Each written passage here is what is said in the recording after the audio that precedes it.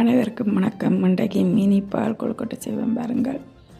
முதலில் அரிசியை ஊற விட்டு திரித்து அதனுடன் உளுத்தம்மா, மிளகு சீரகத்தூள், ஏலக்காய் பவுடர் சேர்த்து வறுத்தெடுத்து கொள்ளுங்கள். வறுத்த மாவுடன் உப்பு சீனி சேர்த்து நன்றாக சுடுநீரில் குழைத்து சிறு சிறு உருண்டைகளாக உருட்டி எடுத்துக்கொள்ளுங்கள். உருட்டியதை பொட்டு பானையில் போட்டு அவித்து எடுத்துக்கொள்ளுங்கள். வறுத்த பயிரை கழுவி அவிய விடுங்கள். சிறிதளவு உப்பும் சீனியும் சேர்த்துக்கொள்ளுங்கள். பயிர் அவிந்ததும் தேங்காய் பால் சேர்த்து கொதிக்க விடுங்கள். பால் கொதித்ததும் அவித்த உருண்டையை அந்த பாலில் போட்டு அவிய விடுங்கள். கொஞ்சம் திக்கானதும் ஏலக்காய் பவுடர் சேர்த்து இறக்குங்கள்.